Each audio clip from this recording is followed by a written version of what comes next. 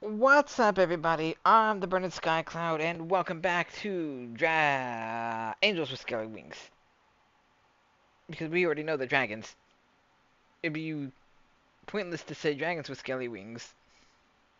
But in the last episode, a lot of stuff got pretty heavy. What I thought was going to be a pleasant night turned out to be quite the mood.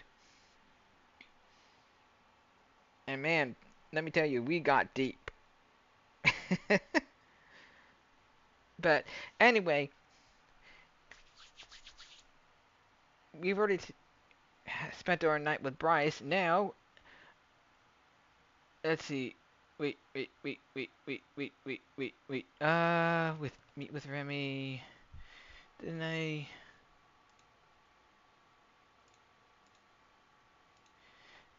Uh,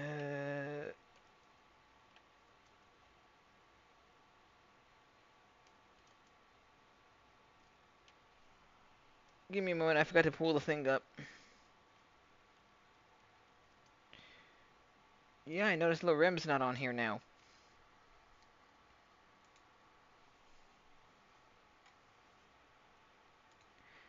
So what does that mean? Does that mean I did well with him?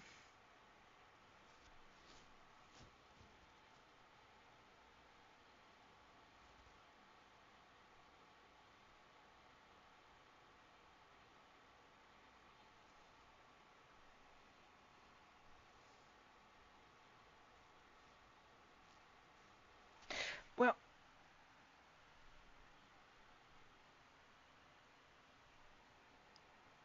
I suppose.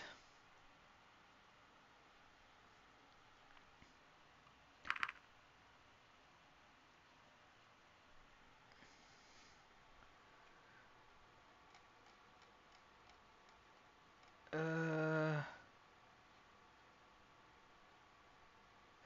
Okay, here we go. So I think I'm supposed to get some well-deserved rest for him to come over. If I'm reading the guide right. In the end, I decided to spend the day relaxing in my apartment. I didn't know when things would start to pick up again, so I figured it would be better to get some rest as long as I still could.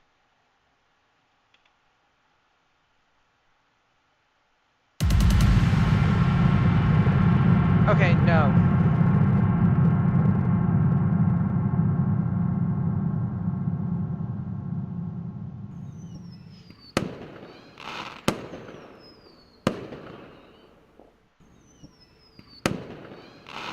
Alright, I'm gonna reload because I thought that was gonna work. Alright, never mind on that then. So then I guess I'll just meet with Kevin. That must be him. Hello. Quite a, quite an interesting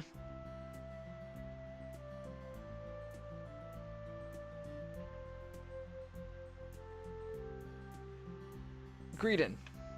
Good to see you again. This is where you live, huh? For the time being. That's pretty nice for a small town like this one. Are you not from around here? No. I'm just here for the job until the next semester starts. Basically, I'm trying to drum up interest for the college and see if there's anyone around who'd like to apply for it. How's that working out? Well, I haven't actually met that many candidates out here so far. For a town like this one, it's typical for the young people to go into an apprenticeship to prepare for their future job, rather than go to college. But if there's anyone willing, we want to find them. Even out here? Yeah. There's always a need for more highly educated people in the cities as they expand. Cities? That's the first I hear of cities in this world. I thought this town was where it's at. Then you've really been missing out. This town isn't really all that special when it comes down to it. I've lived in the city for most of my life. Of course, that's also where the college is. I don't think they'd build one out here anyway. I think as an ambassador they'd show me around a bit, but apparently that isn't the case. Your visit is a bit of a political issue right now. The bottom line is that it's also for your own protection. Everything surrounding the portal has been a well-kept secret. People know that it exists, and that we currently have human visitors, but the exact location is only known to those who live here. If it ever got out, I don't think this town could face the ensuing tour and a tourist trying to catch a glimpse of you. Travel has been restricted as well. There are strict conditions for people who want to come out here. The only reason I was allowed to is because this isn't the first time I'm doing this job. The people here already know me. Heck, I didn't even know this was the town in question until I arrived and heard everyone talking about you. Well, I'm glad they are taking this matter seriously. They certainly are. I'd like to know more about these cities you talked about, though. Well, I can only speak about the one I live in, but what do you want to know? I only really have this town as a point of reference, so why don't you tell me about what's different? Gee, that's only pretty much everything. Out here, living in general seems to be a lot cheaper than it is in the city, and there is much more room for everything. There are green spaces, fields, parks, and farms. You don't really see that in the city. People are more laid back, and there is a bigger sense of community as everybody knows everyone, which can be both good and bad. For example, rumors travel fast and survive well in areas like this one. In the city, you can just make new friends when that happens, but out here, a few well-placed stories could mean social death. In the city, it's also much more crowded. Buildings pretty much line the streets, and there isn't much room for anything else. But with the clubbing scene and opportunities for socializing, there's no shortage of potential friends. There are also many different jobs and education opportunities that you wouldn't find out here. Like what? Creative jobs of all kinds, for example. Game designers, writers, artists, that kind of stuff. The same goes for teaching positions in those areas as well. For example, if I wanted to learn how to write a romance novel, I can find a course for that easily. Out here, this world would be a lot more difficult. You know what I mean? Yes, absolutely. In a way, it feels like you're always busy when you live in the city. The streets are usually filled with people trying to get somewhere. Of course, this is also a side effect of the small apartments, as people tend to go out more often and seek entertainment elsewhere. Which do you prefer? In the end, I suppose I prefer the city. That's not to say that I think one is better than the other. Different structure, different folks and all that.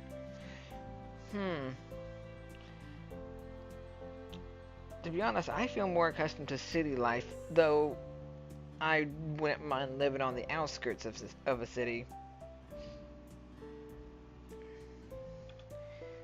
You know, out here, people would probably laugh at some of the things I do in my free time. But in the city, you get enough like-minded people to even get conventions going about all kinds of things. What conventions do you go to? I like all kinds of geeky things. Cartoons, comics, and all that stuff. I've even written a few fanfics before too, since I can't really draw all that well. Yo, I think Kevin and I will get along pretty well. I'm kind of into that stuff as well. I mean, most people are, honestly, not just me. Kevin would be the best buddy anyone could ever have. Aren't cartoons usually for kids? Shh, we're kids at heart. That's like saying books are usually just for kids. Cartoons are just a medium. Of course, there are some that are aimed at kids, but there are cartoons for adults as well. Yeah. Kid cartoons for adults. My little pony, my little pony. Cartoons for adults. I see. Not like that. Well, I mean, there are cartoons like that, but that wasn't what I was talking about. In any case, what else falls under geeky interests for you? Let's see. I guess you could say I'm kind of a techie. I do like following news about technology and hearing all about new developments in the industry. You must be pretty interested in the portal then. Oh right, I didn't even consider that I could actually go there and check it out. If I knew where it was, that is. It's on top of a hill. I could show you. If you did that, you'd be like the coolest human I've ever met. I suppose you'd be that by default, since you're also the only human I've ever met. But you get the idea. Let's just go. I'll be right behind you.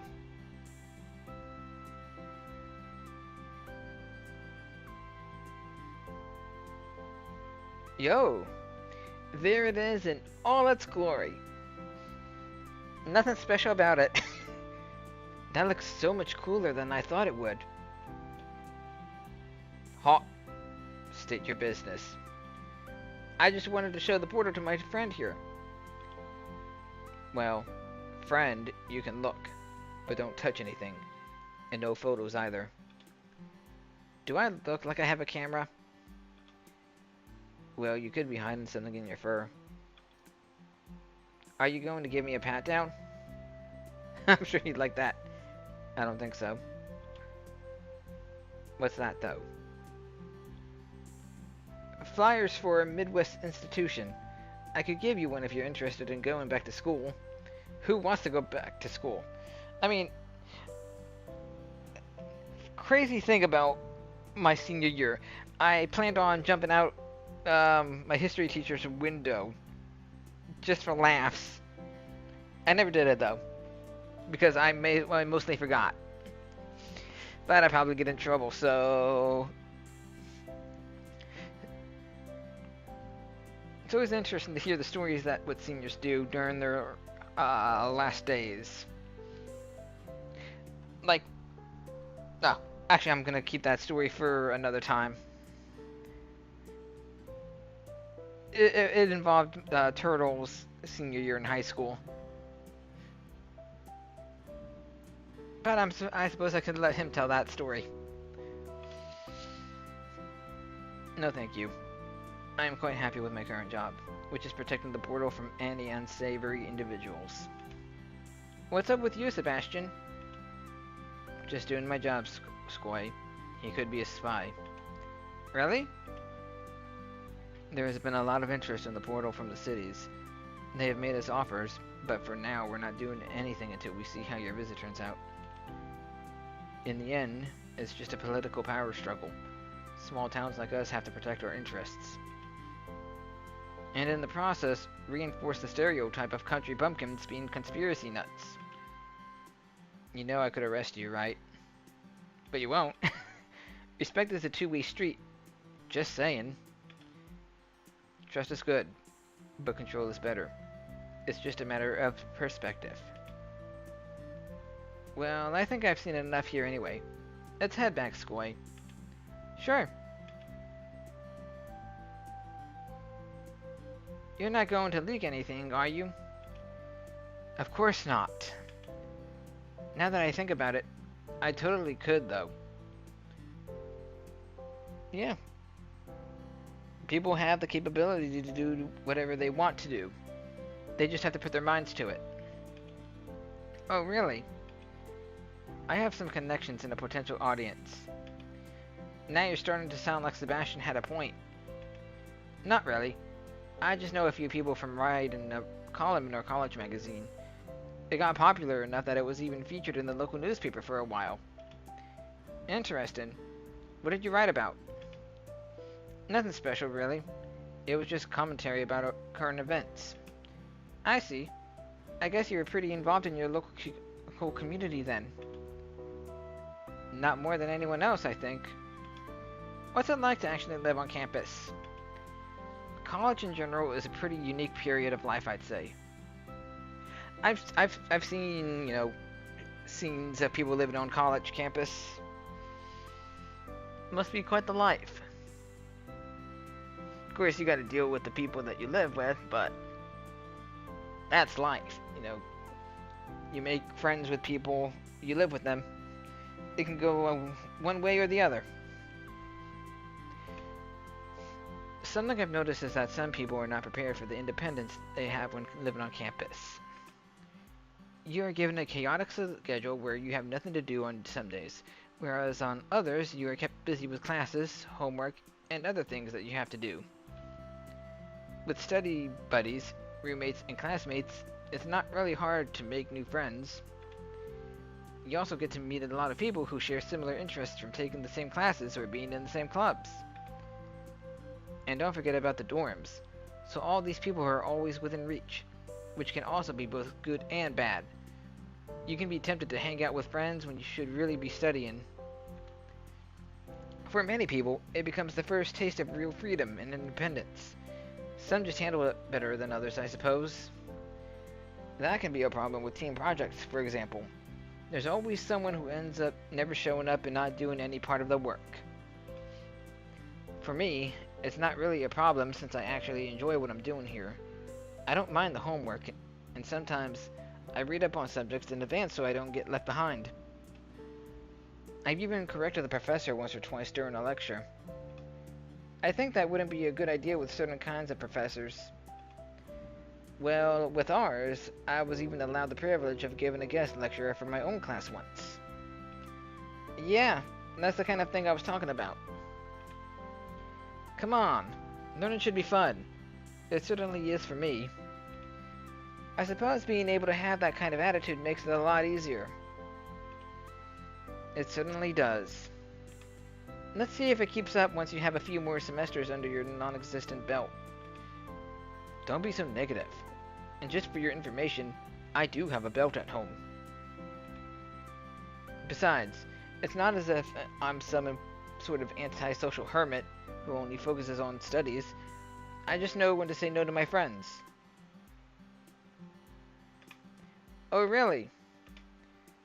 Yes, we usually get together on the weekends and do some cooking together. People can only stand up so much frozen food. People can only stand so much frozen food before they get sick of it, and eating out in the city can add up pretty quickly if you're not careful. True. Frozen foods aren't really all that good, in my opinion. I mean, they taste well, but I don't know. Like, I don't think it matters what you eat. Everything is gonna have some sort of calories, some sort of fats, and all that. But frozen foods really are. Wait, would frozen foods even be considered food? Like meal foods? I mean, maybe in a way, but I think it's better to have foods that are made by hand. Foods that you can cook.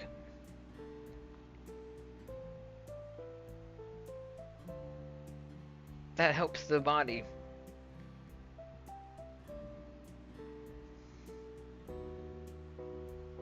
Like beef stew. Beef stew is good for your health in some way, but I don't actually remember.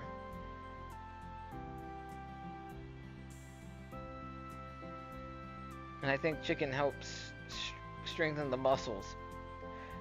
Don't quote me on that. I'm just going based off what I think.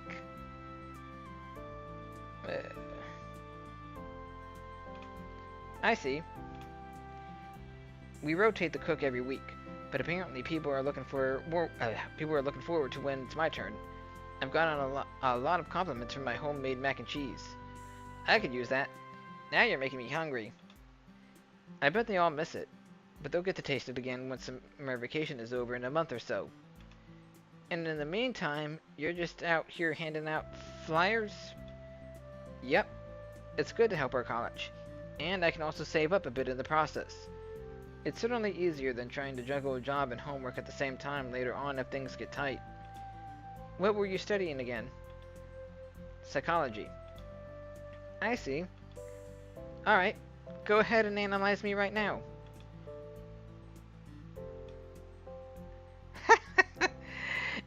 It doesn't really work like that. I know. You just passed the test. Oh, I know what you're getting at. Maybe I'll steal that test from you, though. Might be worth trying it out on a few people I know. Bruh, be my guest. On a more serious note, tell me something about what you're learning. What? Anything? I just want to get an idea of the subject, and whether it's comparable to our own understanding of psychology. I see. Well, I could tell you about an old and very simplified model of our psyche that we got taught in introductory class. Sounds good. Okay, so this model divides our psychic apparatus into three distinct parts called ID, ego, and superego. The ID represents our most basic desires and instinctual drives. That is, our physical needs and wants, like hunger and thirst, as well as desires and impulses. What's the difference? An impulse is more like wanting to lash out in anger, for example. The ID seeks out immediate gratification for these urges. It is in conflict with the superego, which represents learned behavior like cultural and moral rules, and societal standards. The kind of stuff we learn from our role models like parents, teachers, or guardians. I see. So everyone's got a superego. The superego is the part that forms our conscious and controls our sense of right and wrong. It seeks to uphold these standards to perfection, which most of the time goes against what the ideas want at any given moment. Well, okay, let me reiterate. Most people have super egos, while others really don't. So what would that be considered? You sound like you had to learn a lot of this. If those internalized rules are broken, this misbehavior is punished by the superego with feelings of guilt and shame. This way, we are compelled to behave in accordance to these rules even if the ID tempts us to do otherwise. Interesting. I wasn't expecting a history of psychology. And in between these two conflicting parts of us, there is the ego who is trying to mediate. It represents our rational mind that seeks to please the ID's drives in a way that doesn't harm us or goes against the superego's goals. So it's a balance. So the ego's an in-between. Unfortunately, sometimes one or the other wins. However, it also serves another master, the external world. The ego includes all our decision-making and how we respond to external stimuli. Ultimately, it is the one calling the shots while trying to balance the needs of the ID, the superego, and the external world. And there you have it, an outdated, simplified model of our psyche. It still serves as a good introduction, though. Thank you. Actually, I think I may have heard about something like this before. Why did you go with psychology in particular? I'm just interested in how people work, I suppose. I can get behind that. There's always something that makes a person tick. You just have to be willing to learn and understand it. And even if you don't understand it, I suppose you'll just have to accept it the way it is. But that shouldn't stop you from trying to understand.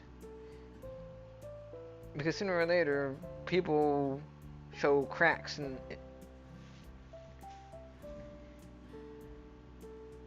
and the person trying to understand picks up on that particular habit of theirs.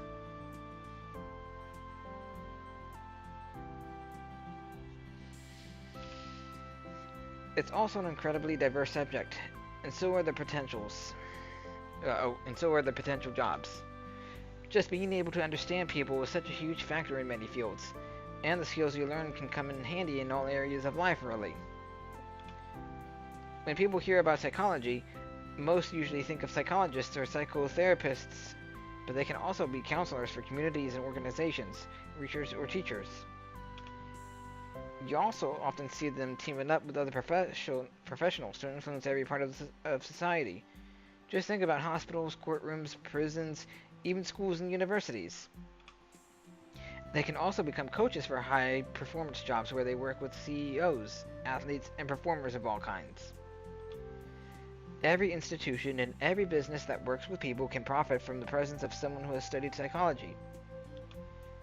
That's why you'll also find this kind of knowledge to be incredibly helpful even when you are a manager in sales, because those jobs require empathy and an understanding of your client's needs.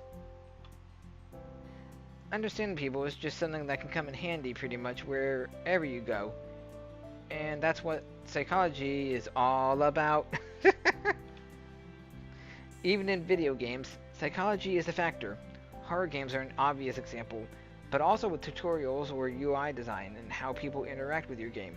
Psychology and player expectations are always going to be a factor. I never really thought about it like that, but then again, maybe I did. I don't know.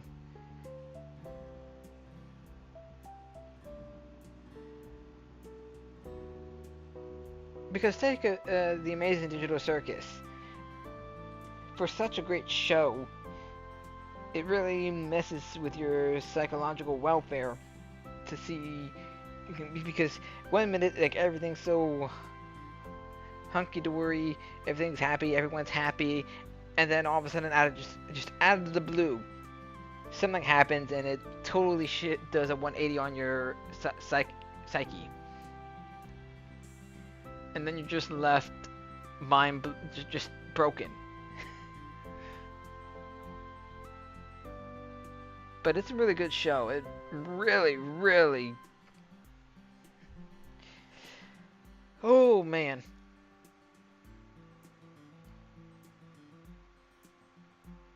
That show can really relate to you. I think I get the idea. Out here, I think a lot could still be done to improve the image of the field, you know? What do you mean? There is a bit of stigma to admitting that you need help, especially when you're doing fine physically. For them, it's a sign of weakness, so in order to preserve their image, they hide everything away. But locking away those feelings doesn't solve the problem.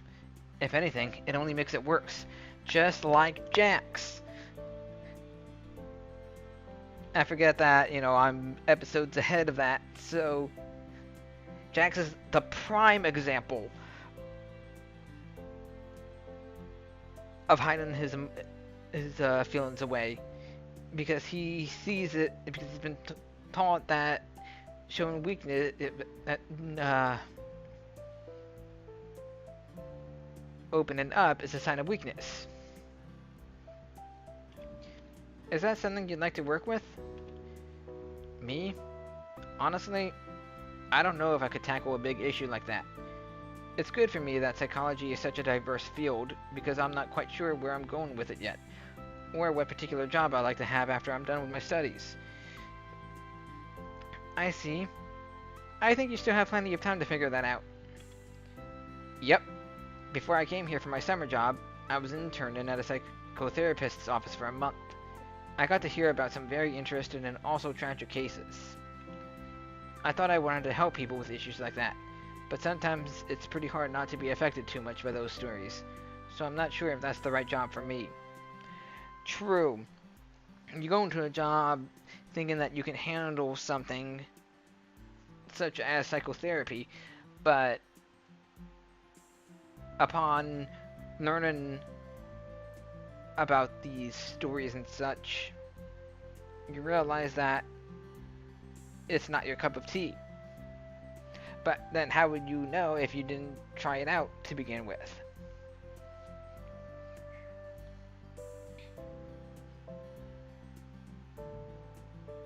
It's how it goes. Like,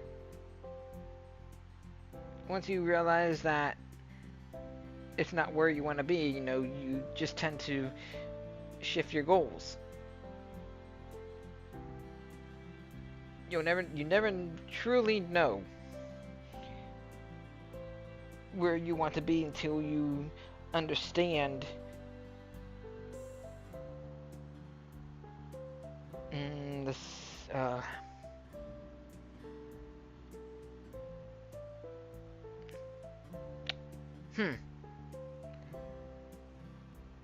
I know what I want to say, but I don't exactly know how to word it.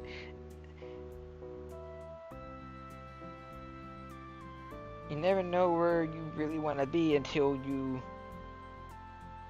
understand the positions of the jobs that you go into. There we go. That's what it is. Only then will you find your true path, your true calling. But you already like working with people, right? I don't know. Maybe interning there was a little too close to the sun for me. If you didn't, why would you be the one to hand out the flyers? It's just like you mentioned earlier. Psychology comes in handy with sales and similar jobs where you have to interact with people. Handing out flyers is pretty similar to that, don't you think? I guess. You seem to be doing well enough with that. You're helping to bring your college and people together, and in this way, you're helping both. And it's been a lot of fun, too. After all, I got to meet you, and even got a glimpse of the portal. Who knows? Maybe one of those people you handed a flyer will one day turn out to be famous for their work. Now, I think that's a little too idealistic, but I get your point. It doesn't always have to be about big problems. Little problems need solving too. Like what you're eating on the weekend. Like what you're eating on the weekend. That wasn't a question. I was saying that as a question. Yeah. What about you, though? What do you mean? Well, I don't want to pry, but we've been talking all this time, and you know a lot more about me now than I do about you.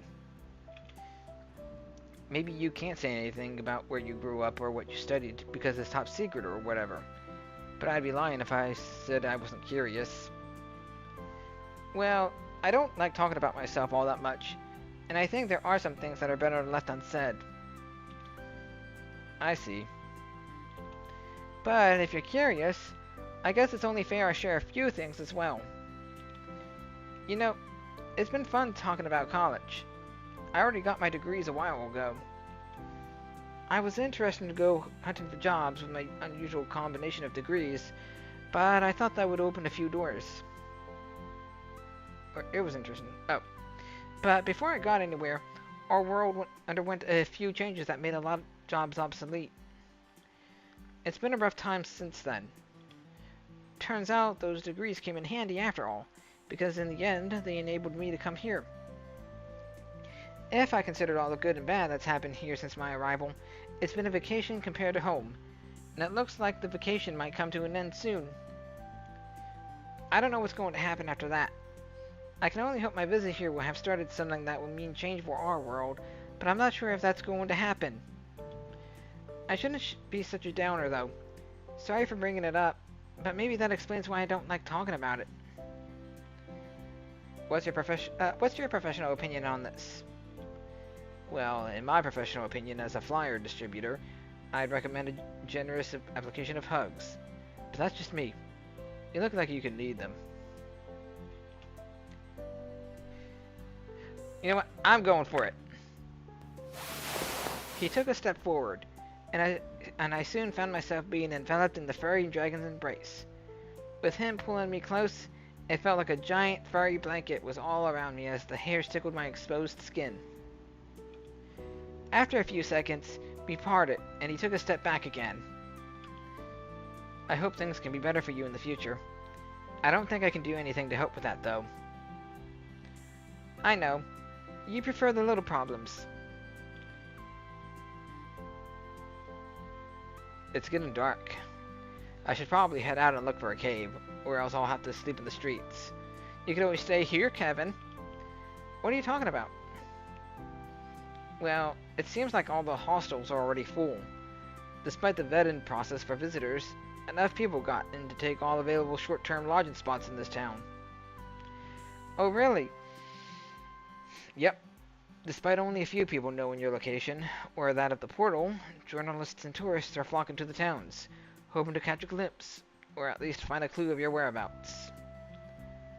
That only leaves me with the option of finding or renting a cave for the night. we're sleeping in the streets. Not that I'd mind sleeping in a cave, but for someone like me, it's usually something for an adventurous weekend rather than a way of life. And rocks don't exactly make for the best bedding. You can sleep here. Really? Yeah, there's plenty of room here. And it's kind of my fault that you couldn't find another place anyway. I guess that means you don't share the officer's suspicions about me being a spy then. Not really. You know, I could totally take this room apart while you're sleeping. You're not helping your case there. Besides, you won't really find anything special here. Hey, I'd keep an eye on that copy of Draconic Desire you've got there on the shelf. I might be tempted to snatch it when you're not looking. I mean, go for it. It's not really a book I care about. Like I'd mind. If you need something for bedtime reading, feel free to help yourself. Oh, I will. You met with Kevin and learned a lot about city and college life. Congratulations. Why am I reading the GLaDOS voice? That's just funny that when I do that.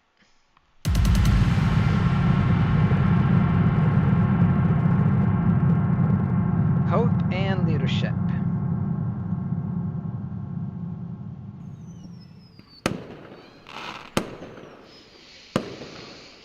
But okay, we are on the final part of this day.